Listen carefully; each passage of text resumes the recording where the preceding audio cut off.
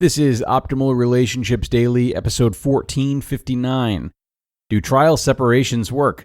Part 2, by Terry Gaspard of Gottman.com. Hello, everybody, and welcome back to ORD. My name is Greg Audino. I'm your host and narrator, reading to you from some of the best relationship blogs on the web every single day. And in this episode, I'm going to be wrapping up a post that I began yesterday. A longer one, obviously. I really enjoyed the first part, and I highly recommend listening to it in yesterday's episode if you haven't already. But if you're all caught up, let's hear the rest from author Terry Gaspard and continue optimizing your life. Do Trial Separations Work? Part 2, by Terry Gaspard of Gottman.com. Should Lauren and Justin consider a trial separation? By using constructive methods of enhancing attunement, such as the Gottman-Rappaport intervention and the two-oval compromise method, a skilled couples therapist could assist Lauren and Justin in the process of beginning to compromise, give each other the benefit of the doubt, and building a loving relationship, whether or not they decide to attempt a trial separation. Rather than focusing on finding fault with one another, Lauren and Justin might reconnect regarding the shared meaning that brought them together in the first place, and decide to renew their commitment to the marriage. Or, if during couples therapy they decide that a trial separation would be beneficial, a therapist's role is to help them map out the guidelines. If a temporary separation is done in the right way and for the right reasons, and there are clear agreements, it can help couples gain perspective on their relationship and actually strengthen it.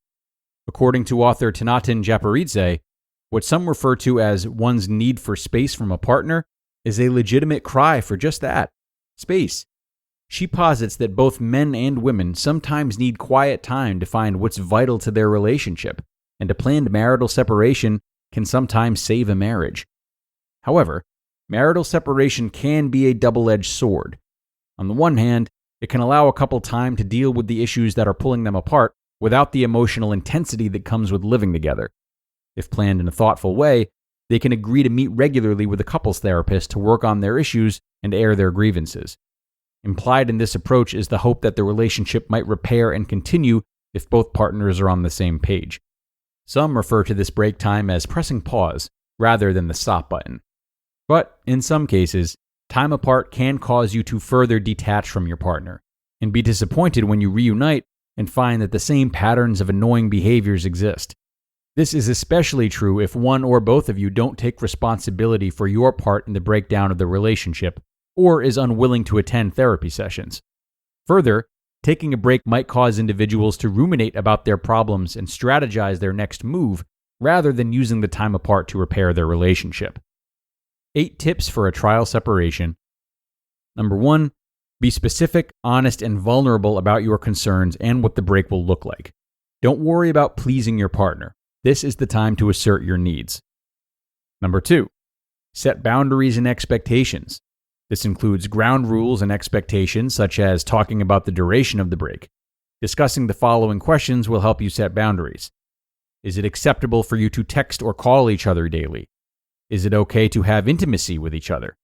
Is it okay to stop by each other's residence unannounced? Number 3, make an agreement to have regular therapy sessions. Focusing on working on your relationship patterns will greatly enhance your chances for success. Your therapist can help you decide how often you should see each other, if physical intimacy is acceptable, etc. Number 4, don't assume that your partner wants the same things that you do. Remind yourself that your relationship broke up for a reason and people don't change overnight. Number 5, talk to your children honestly, but don't give them too much information or false hope. If your children are younger than age 12, say something like, "Mommy and Daddy need time to figure out how to get along better, so we're going to try living apart. We both love you and will make sure that you see a lot of both of us."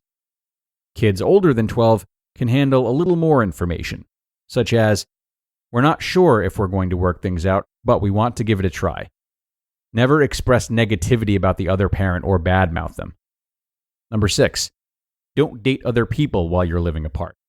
It's impossible to build trust, an essential aspect of intimacy, if you're involved with someone else. Number 7, recharge your battery and take time to learn more about yourself so you can view your relationship with a fresh perspective. And number 8, stay optimistic and connected with your partner. It's important to stay in touch with your partner in old and new ways. such as cards, letters, and/or a weekly dinner out. A planned separation needs to be a reprieve from bickering, disagreements, and frequent communication. According to Susan P. Skodwa, LCSW, author of Contemplating Divorce, a break can be a healthy antidote for many couples who make a commitment to working on their relationship with the intention of dealing with their issues that divide them. The phrase, "absence makes the heart grow fonder," characterizes couples who don't have extremely high conflict or abuse and are receptive to therapy to work on ways to improve communication and increase positive interactions. A trial separation can give you and your partner a chance to respect one another's view of your problems, even if you feel that they're wrong or shouldn't feel the way they do. One thing is almost certain. If you and your partner are not willing to compromise, then the relationship isn't likely to improve. However, if your marriage doesn't seem to be meeting one or both of your needs, agreeing to take a break might be a good way to work on your issues individually.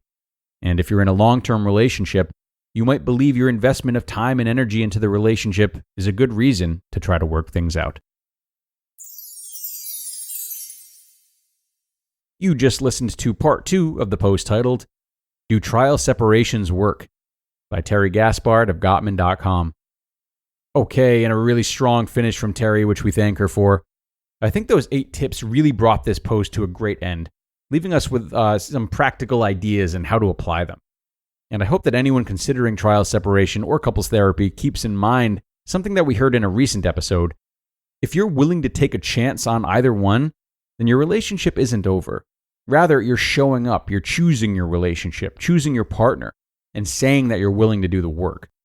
Whether or not the work proves to be too demanding and a full separation reveals itself as the best choice, at this current stage, you're doing right by your partner, and your partner is doing right by you in being willing to explore options towards healing, even if they're scary. There's a lot of bravery in that, a lot to admire, and certainly an effort worth being thankful for regardless of what ends up happening in the relationship. Your relationship does have a pulse, even if it may not feel that way. So, on that note, let's wrap things up, my friends. Thanks so much for coming today and every day. I really hope this post was what you needed, and I look forward to seeing you tomorrow for another one. That's where your optimal life awaits.